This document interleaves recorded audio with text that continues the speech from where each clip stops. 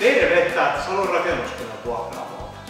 Näin joulun kunniaksi me ollaan vähän murheissamme rakentajien terveydestä. Ja niinpä me haluttiin esitellä, että työmaallakin voi ihan hyvin laittaa terveellisen lounaan itse ja syödä vähän paremmin, ettei tuu aina menty sinne snakaruulle. No niin, laitetaan ruuaksi semmonen kiva tukeva mekursipasta, jolla varmasti pärjää päivän loppuun. Ainekset on tosi simppelit, ne voi pitää vaikka työmaan kahvissa valmiina. Pastaa, ihan mikä tahansa pasta kelpaa. Mulla on tässä kivaa kotimaista härkäpapupastaa. Meetwurstia. Kaikki meetwursti käy. Meillä on Westsaakin Westwurstiin. Marinoitu valkosipulikynsiä. Taas oman maun mukaan. Täällä on jotain pyrkkimarinoituja. Vähän voita, mustapippuria, suolaa ja jotain vihreätä. Maun mukaan yrttiä. Meillä on persiljaa tänään, niillä pärjää. Eli niistä keitetään pasta kasaan. Tää syntyy tosi nopeasti. Aloitetaan pistämällä pasta kiehumaan. Ensimmäinen vaihe pastankeitossa on tietenkin laittaa vesi kiehumaan. Tää käytetään taas mitä tarjolla sattuu olemaan. Meillä tossa sattuu roikkumaan yksi koukku ja nestekaasupolttimia löytyy nurkista. Se saa siinä hetken aikaa porista ja sitten kun vesi alkaa kiehumaan, niin lisätään pastan joukkoon.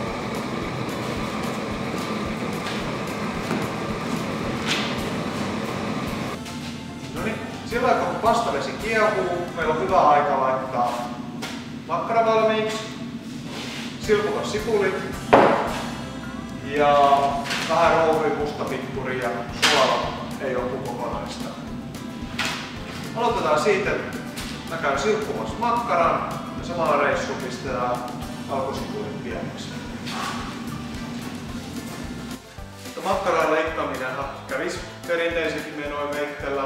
Koska me nyt sattuu olemaan tässä näin kalustoa tarjolla, niin miksei vähän helpoteta olla. Tämä makkara menee näppärästi esimerkiksi tällä oksasilppurilla, niin ei tarvitse äheltää sen kanssa.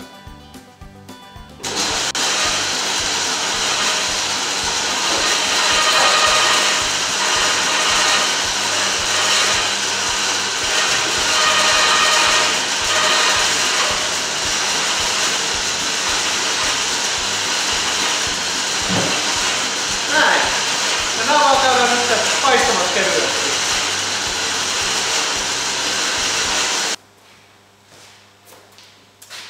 Nyt meidän täytyy vähän pilkkoa näitä valkosipulin kynsiä kastiketta varten. Niin helpollahan täällä voitaisiin asian tehdyllä työkaluilla. On semmonen kätevä pikku Kossin piikkauskone tommosella betonimureutus päällä, niin sillä menee kivasti. Tää on tommonen kourallinen valkosipuleita. Ja pistetään ne vähän pieneksi.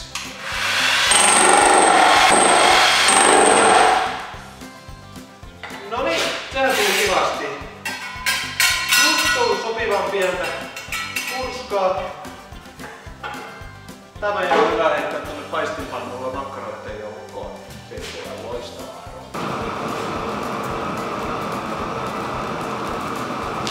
Ja täällä vesi kiehuukin mukavasti.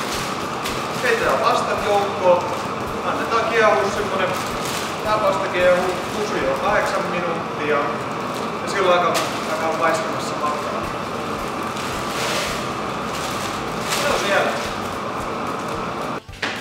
Noniin, nyt meillä on ainekset valmiiksi pilkottuna, niin täytyy enää paistaa.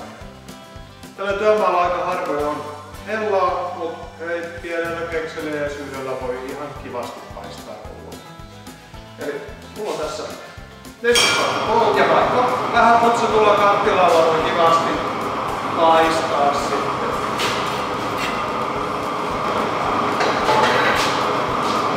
Vähän voita pannulle ja laitetaan ensin makkarat joukkoon.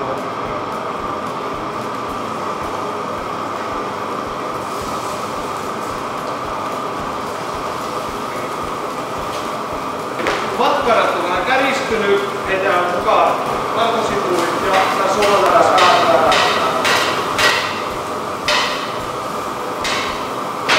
Noin tää alkaa näyttää hyvältä nyt. Laitetaan valkosipulit joukkoon. Tässä kohtaa ollaan varovaisia, ettei polteta valkosipulia.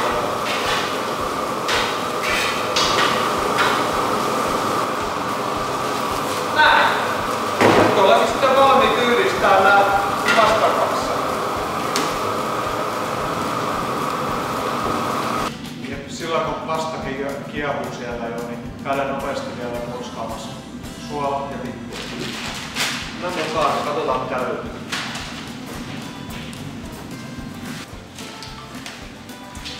Suola ja pippurin murskaamiseen haluan käyttää ihan mitä sattuu tarjolla olemaan. Voi vaikka pistää johonkin pöydälle ja vähän taputella sopivan kokoisen lyömäaseella. Saa kivasti ne siitä. Noin. Ja vähän kun taputtaa päälle, niin kyllä ne siitä menee.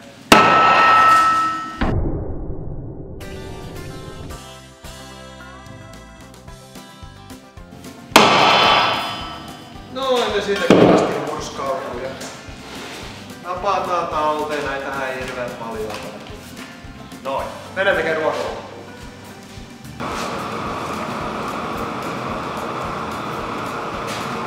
Ja näyttää siltä, että pasta on kiehunut. Sammutetaan liekke ja mennään hoitaa tätä ruoka loppuun ja päästään syömään. No niin, nyt kun pasta on keitetty, siivitään sen. Saadaan ympärällekin vähän hyötykäyttöä, napastaa hiiren pois ja käyttää sitä pastasiivilänä. Vähän kaadetaan läpi. Ja takaisin kattilaan ja sitten yhdistellään loput ainesosat ja meillä on ruoka valmis. Eli sitten yhdistetään meidän kaikki aineet. Täältä otetaan meidän herkulliset makkarat ja pastan joukkoon. Sitten heitetään floraustetaan valkosipulien lientä. Noin. Ja vähän persiliaa täällä. Saadaan vähän makua ja väriä siitä. Heitetään vielä mausteet joukkoon. Toastilla oman maun mukaan. Sen jälkeen kans purkkiin. Varmistetaan vielä kun on päivää purkki. Ja sekoitetaan kunnolla. No, se on siinä. Mennään tarjoamaan näyksille. No niin, täällä onkin näköiset suut jo valmiina. Ei muuta kuin pötyä pöytään ja ääntä kohta. Ai mitä herkkua. No niin. Hyvää ruokahalua ja... Hyvää ruokahalua. Hei, hyvää ruokahalua ja... Hyvää joulua. Hyvää joulua. Hyvää joulua.